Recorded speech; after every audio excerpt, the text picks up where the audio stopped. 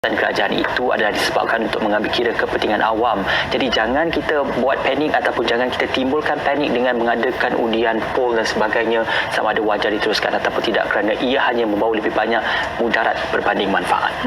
Panik ini perkataannya berkait rapat, bersangkut rapat dengan kegusaran, kerisauan. Kenapa panik itu timbul?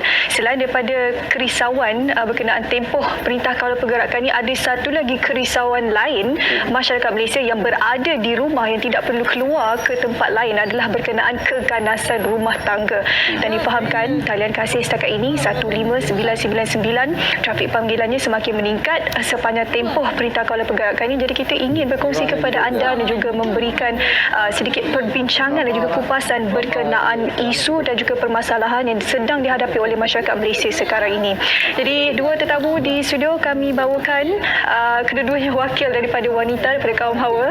Selamat datang diucapkan kepada Profesor Madam Dr. Salmi Razali, pakar perunding psikiatri, Pusat Pakar UiTM, kampus UiTM Sungai Buloh, dan juga seorang lagi tetamu kami bawakan, Gunawati Ramachandran, selaku pegawai kerja sosial. Selamat pagi, apa khabar? Baik, apabila kita bercakap tentang keganasan rumah tangga, seperti mana kita tahu Domestic Violence Act ataupun Akta Keganasan Rumah Tangga itu banyak menyebut tentang keganasan rumah tangga ini bukan hanya bercerita tentang keganasan secara fizikal, tapi juga mungkin dari segi tanggungjawab, kita kata kecederaan dari segi mental dan juga psikologi juga dikira sebagai salah satu daripada keganasan rumah tangga. Jadi secara asasnya mungkin lebih molek kalau kita bertanya kepada Prof sendiri, apakah situasi sebenar yang mana memungkinkan keganasan rumah tangga, konotasi itu menjadi antara dua, sama ada kepada isteri dan suami, suami kepada isteri, ataupun antara ibu bapa terhadap anak-anaknya, itu boleh berlaku dalam satu konotasi keganasan rumah tangga, Prof. Assalamualaikum dan banyak terima kasih kepada pihak RTM dan juga SPM kerana menjemput dan mengendengahkan tentang keganasan rumah tangga pada masa PKP ini yang berlaku. Saya rasa penonton dan masyarakat luar perlu tahu sebenarnya terlebih dahulu apakah itu keganasan rumah tangga. Keganasan rumah tangga sebenarnya adalah satu perilaku jenayah. Perbuatan jenayah yang berlaku di lingkungan rumah. Siapakah yang ada di rumah? Suami, isteri, anak-anak. Bukan itu sahaja, orang-orang tua yang berada di rumah kita. Dan dalam lingkungan keganasan rumah tangga ini, ia melibatkan juga bekas isteri dan juga bekas suami. So kalau perilaku jenayah itu berlaku di dalam rumah, dengan terlibatnya keluarga itu sendiri, ia dikategorikan sebagai keganasan rumah tangga. Apakah perilaku jenayah itu? Seperti yang suami bagi tahu tadi, yang selalu kita ketahui adalah keganasan fizikal. Tapi ada juga keganasan yang lain yang penting juga yang perlu masyarakat luar sana untuk fahami. Kalau keganasan fizikal, mudah sajalah kalau kita faham. Contohnya tampar, tumbuk, kadang-kadang tu ada pijak, ada terajang, ada baling pun ada. Jadi masalah keganasan fizikal tu jelas kita tahu. Tapi kita mungkin tak tahu kalau kita mengancam untuk membuat keganasan fizikal juga adalah keganasan rumah tangga. Itu satu, fizikal. Yang keduanya yang penting adalah keganasan psikologi ataupun keganasan menyebabkan emosi ahli keluarga terganggu, hingga menyebabkan ketakutan yang amat sangat, menyebabkan kesedihan, keperitan hidup, kepayahan dari segi emosi ni, dan juga mungkin maruah diri terancam contohnya. Itu adalah keganasan psikologi. Bukan itu sahaja, kita ada juga keganasan seksual, di mana pelaku memaksa, kalau contohnya suami memaksa isteri untuk melakukan hubungan seks, yang hingga menyebabkan isteri rasa terseksa sangat-sangat. Itu juga adalah keganasan rumah tangga. Bukan itu sahaja, tiga ni memang selalu dibincangkan, tetapi ada juga keganasan yang lain. Contohnya keganasan sosial. Contohnya kalau kita kurung ahli keluarga kita, terutama berlaku kepada anak-anak yang kurang upaya contohnya atau yang mempunyai masalah penyakit mental. Kita tak boleh mengurung ataupun merantai contohnya anak-anak ataupun ahli keluarga yang mempunyai masalah-masalah begini ataupun ada setengah kes itu memang mengurung isteri di rumah cara kurungan itu mungkin secara psikologi sikit menyimpan kad pengenalan dia, menyimpan kad ATM, semuanya disimpan dan mengugut supaya isteri jangan keluar hanya you berada di rumah sahaja tak boleh keluar langsung. Itu juga keganasan rumah tangga. Ada juga keganasan yang lain yang jarang kita perkatakan, contohnya keganasan terhadap harta, yang berkaitan dengan harta contoh, saya bagi contoh, jika ada anak, suami, isteri, siapa juga dalam keluarga kita yang cuba menggelapkan harta, contohlah saya bagi contoh contohnya kalau kita ada rumah, tiba-tiba anak kita jual rumah kita tanpa kebenaran kita dan digunakan duit itu sampai kita rasa peritnya, susahnya, kepayahan kita ini juga adalah keganasan rumah tangga. Dan satu lagi, kita telah buat amendment juga kalau daripada tahun 2017 ni, keganasan melalui internet contohnya kalau kita menyebarkan sehingga menjatuhkan maruah ahli keluarga, sama ada isteri ataupun suami kita ke ataupun anak-anak, sehingga mereka mangsa yang terselamat ini mempunyai emosinya terganggu, maruah dirinya terganggu, juga kita panggil keganasan rumah tangga. Jadi bukan 3 sahaja keganasan rumah tangga yang patut diwar-warkan, ada juga lain-lain keganasan rumah tangga yang perlu kita fahami. Pada Prof sendiri, kes yang tertinggi di Malaysia yang dicatatkan setakat ini dalam tempoh PKP, sebenarnya kalau kita nak melihat kepada statistik sebelum PKP sekalipun statistik ini kita perlu berhati-hati kerana kebanyakan kes keganasan rumah tangga ni adalah tidak dilaporkan. Keganasan rumah tangga ini banyak halangannya kepada mangsa yang terselamat ini untuk melaporkan kepada polis ataupun pihak berkuasa.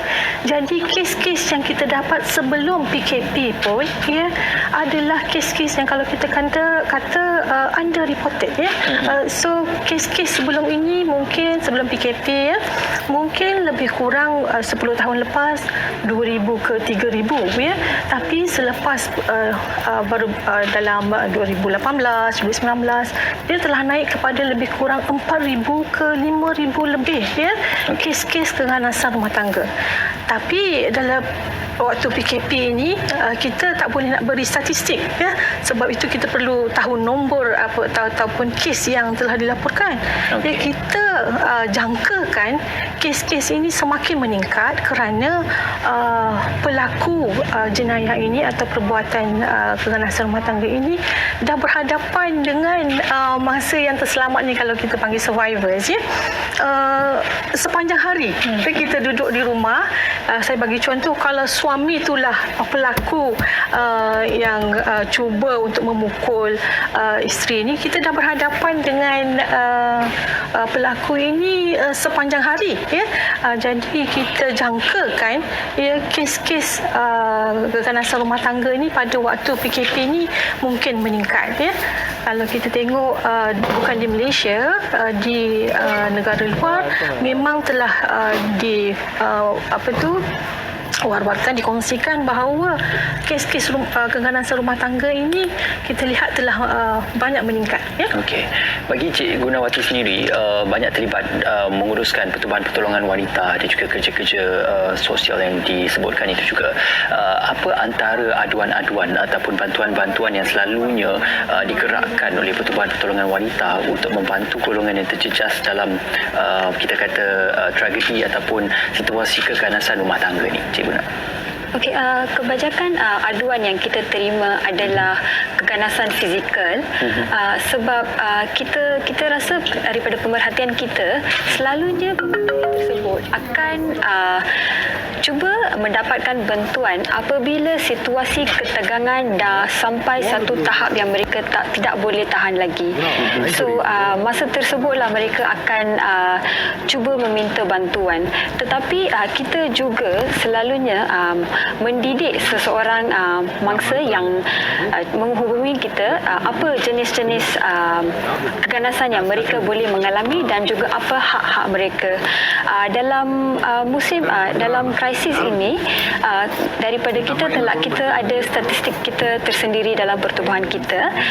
So kita telah memerhatikan bahawa dari bulan Februari ke Mac kita telah melihat satu peningkatan yang 44% peningkatan dalam pemanggil ke talian WAO dan juga pertanyaan yang ditujukan kepada kita.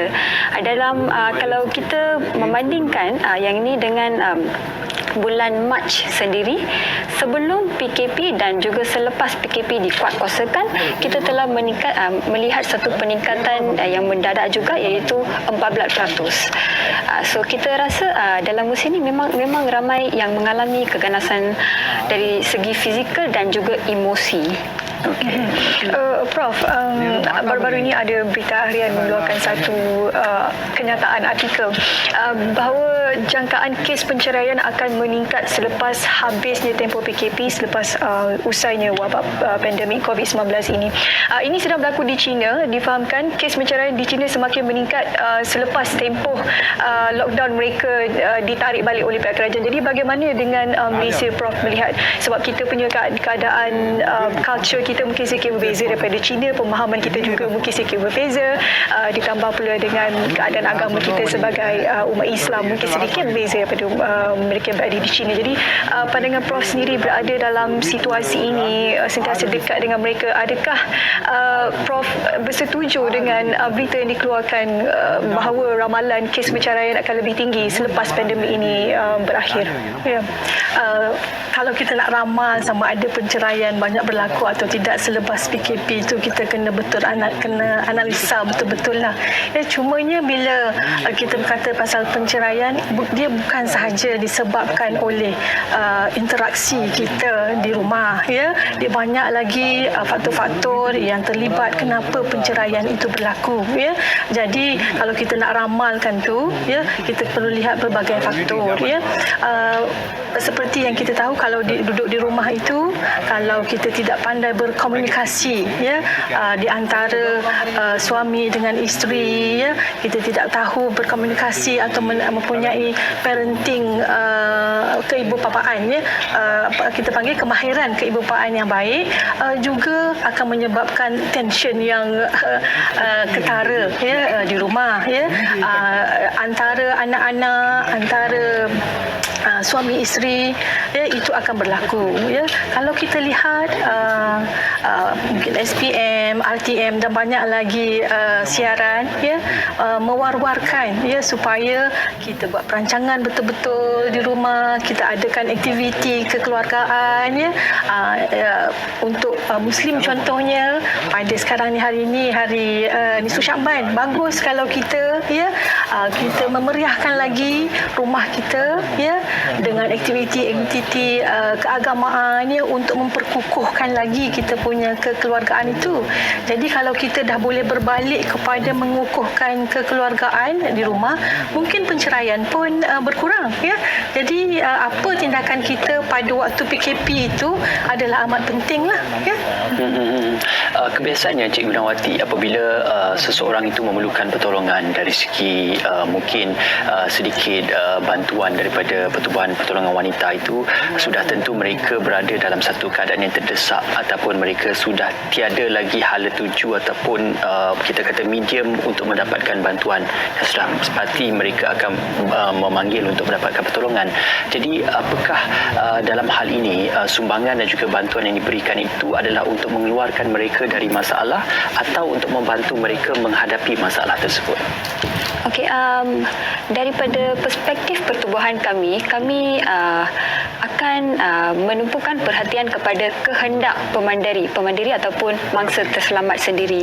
So ada beberapa mangsa yang sememangnya akan meminta kita untuk cara-cara menangani situasi keganasan yang sedang berlaku di rumah, dan ada juga yang hendak membuat satu perancangan.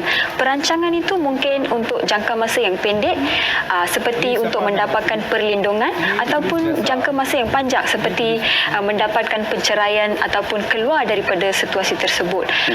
Kita selalunya akan meminta apa kehendak seseorang pemandiri itu tersendiri, sebab beliau yang sedang mengalami situasi yang ni.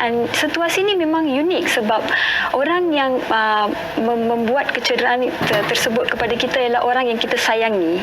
So memang sukar untuk seseorang pemandiri itu untuk membuat keputusan dengan dalam keadaan yang segera. So kita pernah melihat daripada mangsa yang terselamat, mereka akan mengambil masa yang agak lama untuk membuat satu perancangan yang kita bagi kepada mereka untuk hidup berdikari daripada bebas daripada keganasan. Dan untuk mangsa yang terselamat ni sebenarnya mereka masih lagi terdedah dengan masalah keganasan rumah tangga ini. Satu lagi yang mungkin menjadi kerisauan dan juga boleh meningkatkan kekhawatiran masyarakat Malaysia berkenaan dengan isu keganasan rumah tangga ni adalah trauma. Prof, kita akan kupas dengan lebih banyak topik berkenaan dengan trauma ni, kaitnya dengan isu keganasan rumah tangga, tapi kami nak bawa anda ke Terengganu terlebih dahulu. Ini ada cerita pagi di sana berkenaan prosesnya hukuman di sekitar negeri Terengganu. Jom bersama dengan rakan penyampai kami.